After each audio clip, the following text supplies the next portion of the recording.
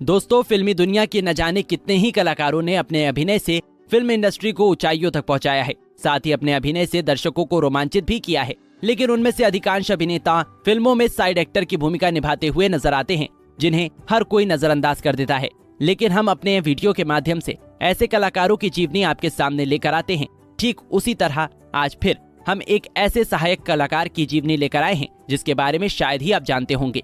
दोस्तों, हम बात कर रहे हैं फिल्म नदिया के पार के मशहूर सहायक अभिनेता राम मोहन शर्मा के बारे में, जो अपनी फिल्मों में सहायक भूमिका निभाने के लिए जाने जाते हैं। उन्होंने कई सारी फिल्मों में शानदार अभिनय का प्रदर्शन किया है।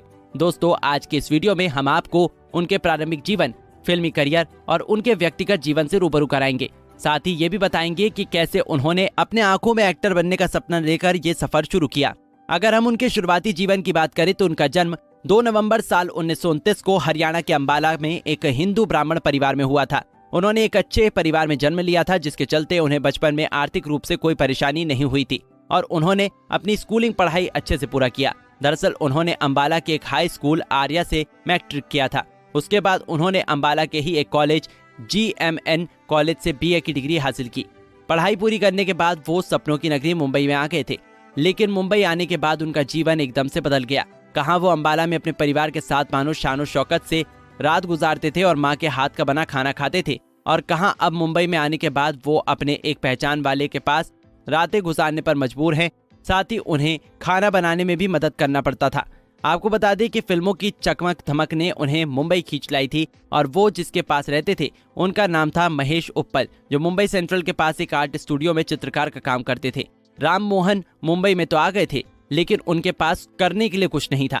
फिल्मों में काम करने का सपना लेकर आए राम मोहन काफी दिनों तक फिल्मकारों के स्टूडियो के चक्कर लगाने लगे, लेकिन उन्हें कहीं काम नहीं मिल रहा था। इसी बीच वो जहां रह रहे थे वहां से भी उनको निकलना पड़ा। महेश उप्पल के स्टूडियो से निकलने के बाद वो वेले पाले में जाकर रहने लगे। वो रहने के लिए जगह जगह जरूर बदल रहे थे, लेकिन उनका संघर्ष यूं ही चलता रहा।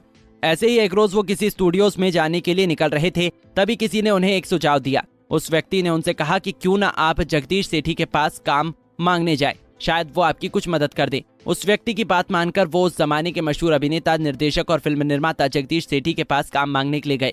राम मोहन को देखने और उनसे बातचीत करने के तरीके जगदीश सेठी जिनसे काफी प्रभावित हुए और उन्हें अपने कुछ फिल्मों में छोटा मोटा रोल देने के लिए राजी हो गए। उनके कुछ फिल्मों में उन्हें मामूली सा रोल मिलने लगा, लेकिन वो इससे खुश नहीं थे। आखिरकार उनके अभिनय से प्रभावित होकर उन्होंने उन्हें एक फिल्म में अच्छी भूमिका निभाने के लिए दिया। दोस्तों, यहीं से उनके अभिनय करियर का एक नया दौर शुरू हुआ और ये दौर था साल 1952 का, जब उन्हें एक फिल्म में अच्छी भूमिका करने का मौका मिला, जिसे उन्होंने हाथों हाथ घेरा। फिल्म का शीर्षक था इंसान, जिसके निर्देशक जगदीश सेठी थे।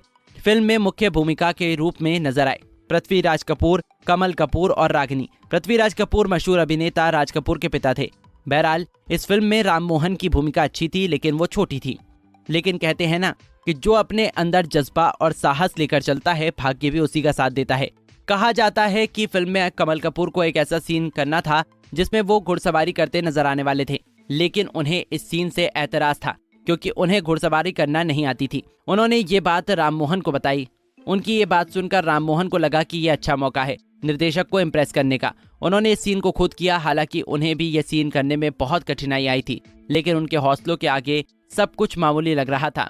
ये सब देख निर्देशक उनसे बहुत प्रसन्न हुए। उन्होंने उनसे ये वादा किया कि उनकी आने वाली फिल्मों में उन्हें अच्छा रोल दिया जाएगा। इस फिल्म को दर्शकों ने काफी पसंद किया। अपने वादे के मुताबिक निर्देशक सेठी ने उन्हें उसी साल रिलीज हुई फिल्म जुग में उन्हें बेहतरीन रोल निभाने के लिए दिया, जिसमें मुख्य नायक और नायिका के रूप में कमल कपूर और श्यामा थे। इन दोनों के अलावा फिल्म के अगले मुख्य कलाकार राम मोहन ही थे। इस फिल्म को करने के बाद उन्होंने दोबारा पीछे मुड़कर नहीं देखा। साथ ही अपने दमदार अभिनय से दर्शकों का दिल भी जीता।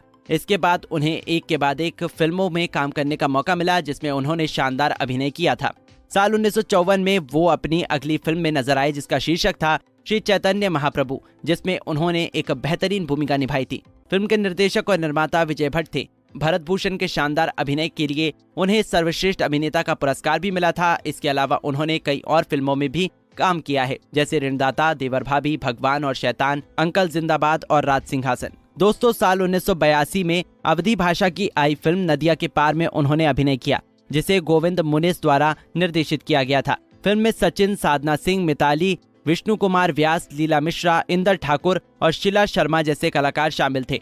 इसमें वो ओमकार के चाचा के रूप में दिखाई दिए। फिल्म के गाने काफी प्रसिद्ध हुए थे, जैसे कौन दिशा में लेके और जोगी जी धीरे धीरे। फिल्म ने बॉक्स ऑफिस पर काफी तगड़ी कमाई की और साल की 19वीं सबसे ज्यादा कमाई करने वाली फिल्म बन गई थी। इसके अलावा उन्होंने कई और फिल्मों में अभिनय किया था, जैसे हिमालय से ऊंचा, अंगुली माला, बंटवारा, गुलाम, जियो तो ऐसे जियो। फिल्म के अलावा उन्होंने कई सारे टीवी धारावाहिकों में भी अभिनय किया है, जिसका शीर्षक है मिर्जा गालिब, तारा, शतरंज, ये दिल्ली बहादुर है। दोस्तों, उन्होंने अपने 60 के अभिनय करियर में कुल मिलाकर 240 से अधिक फिल्मों और 15 टीवी धारावाहिकों में अभिनय किया है। उनके निजी जीवन की बात करें तो उनकी एक पत्नी है जो कि गृहिणी है। हालांकि उनके बारे में कोई जानकारी नहीं है। उनके कुल मिलाकर 4 बच्चे हैं, 3 बेटे और 1 बेटी, जिनमें से कोई भी फिल्म इंडस्ट्री में नहीं है। उनकी बेटी की शादी हो गई है और वो दिल्ली में रहती है। हालांकि उनके बारे में इससे अधिक जानकारी नहीं है। उनके तीनों बेटों में से एक जो सबसे छोटा है वो एयर इंडिया में पायलट की नौकरी करते हैं। उनका नाम विनोद शर्मा है। वहीं पर उनके दोनों बड़े बेटे अपना बिजनेस संभालते हैं। हालांकि उन्होंने अपने बेटों के नाम का कभी भी जिक्र नहीं किया। ऐसा कहा जाता है दोस्तों कि वो मुंबई सिर्फ और सिर्फ फिल्मों में एक्टर बनने के लिए नहीं आए थे। कॉलेज के दौरान उनकी एक प्रेमिका हुआ करती थी, जिससे उनका ब्रेकअप हो गया था, या यूं कहे कि उन्हें प्यार में धोखा मिल गया था, जिसके गम में वो डूबे हुए थे और उसी गुस्से में बीए की परीक्षा देने के बाद फौरन मुंबई चले आए थे। दोस्तों, उनके पिता का नाम रघुराम शर्मा था, जो एक डॉक्टर थे और अंबाला में ही एक क्लिनिक चलाते थे। यही कारण है कि राम मोहन को पैसों की दिक्कत सामने नहीं आई जब वो संघर्ष कर रहे थे। उनकी माता का नाम योग माया था, जो कि एक गृहिणी थी। अपने शानदार अभिनय से उन्होंने करीब 6 दशक तक फिल्मों में खुद को जमाए रखा। साथ ही खुद को एक शीर्ष अभिनेताओं की लिस्ट में शामिल कर लिया था।